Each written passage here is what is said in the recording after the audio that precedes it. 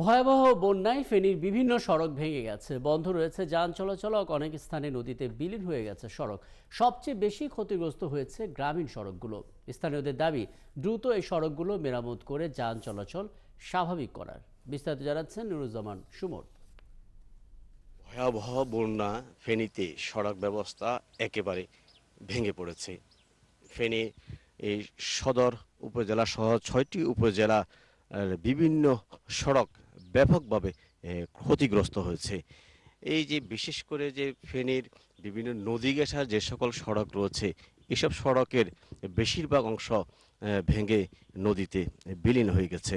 আমরা সড়ক বিভাগ এবং যে এলজিডি যে বিভাগ রয়েছে সেগুলি থেকে যে প্রাথমিক যে তথ্য তারা আমাদেরকে দিয়েছেন, তারা বলছে যে যে এলজিডির অন্তত 100 কোটি টাকার সড়ক ক্ষতিগ্রস্ত হয়েছে এবং সড়ক বিভাগের ক্ষতিগ্রস্ত হয়েছে প্রায় 40 কোটি টাকার মতো। আমরা যেটি জানতে পেরেছি যে যে ফেনী জেলার যে এলজিডি 4,300 কিলোমিটার সড়ক রয়েছে, এর মধ্যে 3,300 কিলোমিটার সড়ক বন্যার পানিতে ডুবেছিল। ফলে এই সড়কের মধ্যে যে 324টি সড়কের প্রায় 500 কিলোমিটার ক্ষতিগ্রস্ত হয়েছে।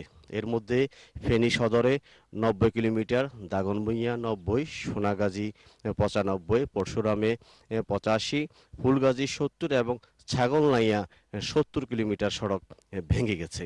এছাড়া যে 40টি এলজিডির ব্রিজ ও কালভার্টও ক্ষতিগ্রস্ত হয়েছে।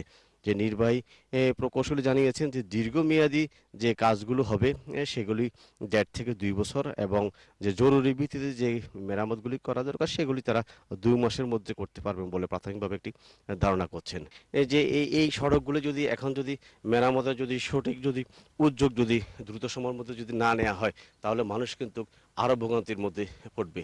এখানকার স্থানীয় মানুষের দাবি দ্রুত সময়ের মধ্যে যেন এই সড়কগুলো যেন মেরামত করা হয়।